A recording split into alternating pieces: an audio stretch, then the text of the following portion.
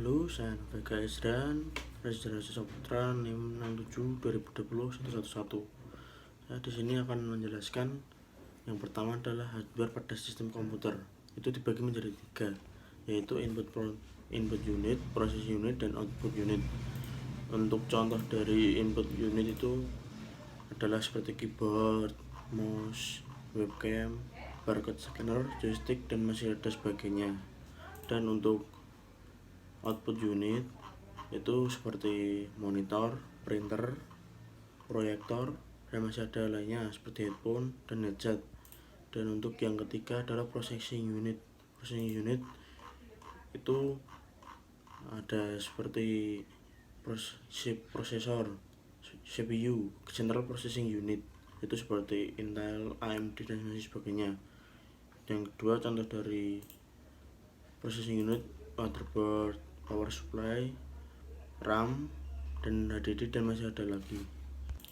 Saya akan menjawab pertanyaan yang kedua, yaitu jelaskan secara singkat bagaimana cara untuk merakit komputer dengan urut. Yang pertama, memasang prosesor ke motherboard. Sebaiknya motherboard itu dipasangkan ke casing terlebih dahulu sehingga prosesor lebih mudah untuk memasangnya. Yang cara memasang prosesor yang pertama, kita tentukan dulu posisi pin 1 pada prosesor dan soket prosesor di motherboard umumnya terletak di pojok yang ditandai dengan tanda titik. Lakukan angkat tuas pengunci soket, lalu masukkan prosesornya, lalu kunci soket itu supaya tidak jatuh. Yang kedua, memasang motherboard. Untuk memasang motherboard pada casing yang kita itu letakkan pada tray casing dan sesuai lubang antara casing motherboard, lalu kunci dengan skrup. Kita pakai tray juga buat mengencangkan skrupnya. Yang ketiga, memasang heatsink.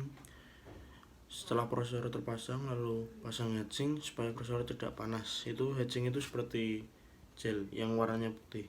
Yang keempat, memasang RAM atau memori. Dikasih SSD juga boleh juga. Yang kelima, memasang power supply. Biasanya kalau kita membeli casing, pasti kita power supply sudah terpasang. Nah, apabila power supply sudah terpasang, caranya itu letakkan power supply pada suatu tempat yang di belakang casing, lalu kunci dengan skrup. Pasang konektor power dari power supply ke motherboard berikut kabel-kabelnya serta kabel-kabelnya. Yang keenam, memasang kabel motherboard dan casing. Ini memang agak ribet, jadi kita harus sabar kalau ingin memasang kabel-kabelnya karena kita harus teliti.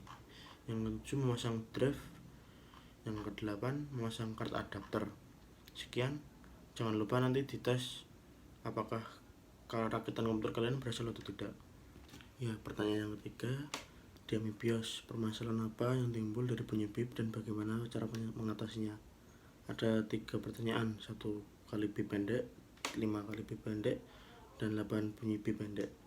Yang pertama, 1 bunyi bip pendek itu menandakan RAM rusak atau tidak terpasang dengan pas. Jadi kita buka casing kita lepas RAM-nya, kita coba pakai stip dulu. Kita stip yang tembaga kuningnya itu apakah masih berpengaruh atau kita masangnya kurang pas. Kalau memang nggak bisa dan terpaksa, kita harus ganti. Yang kelima, prosesor bermasalah. Yang 5 bip pendek itu, kalau prosesor setahu saya kalau memang udah rusak, saya belum tahu cara mengatasinya, jadi ya mungkin diganti. Dan ke-8 juga, yang 8 bip pendek itu VGA rusak atau tidak terpasang dengan benar pada slot. Kita cek dulu aja apa VGA kita memang tidak terpasang dengan benar atau tidak. Terima kasih. Dan pertanyaan yang terakhir, jelaskan cara kerja POS, Power On Self Test, secara singkat.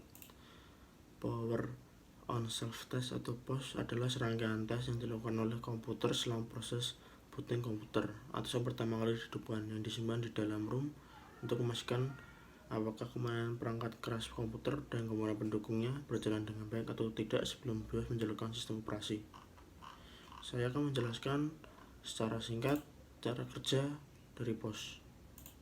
Yang pertama, pengecekan power supply ditandai dengan dinyala lampu indikator atau power beserta kipas pendingin power supply yang berputar. Hal itu menandakan bahwa power supply Anda bekerja dengan normal. Yang kedua, jika berada dalam kondisi yang baik pada saat digunakan, maka proses kerja CPU akan direset secara otomatis oleh sinyal power good yang dihasilkan oleh power supply. Kemudian CPU akan melaksanakan instruksi awal pada ROM BIOS dan yang selanjutnya. 3. Pengecekan BIOS beserta seluruh isinya. POS akan memastikan terlebih dahulu apakah BIOS berjalan dengan baik atau tidak sebelum menjalankan sistem operasi. Adapun instruksi awal ROM, Read Only Memory, BIOS adalah melompat ke alamat program POS. Yang keempat, pengecekan CMOS. POS akan memastikan bahwa CMOS dapat berjalan dengan baik, diawali dengan pembacaan data setup. Yang kelima, pengecekan secara keseluruhan terhadap CPU, timer, memori bus, memori modul, dan kendali memori akses langsung. Yang keenam, pengecekan ruang memori, di mana terdapat memori sebesar 16 KB yang dapat dibaca dan ditulis keperluan ROM BIOS yang juga untuk menyimpan data.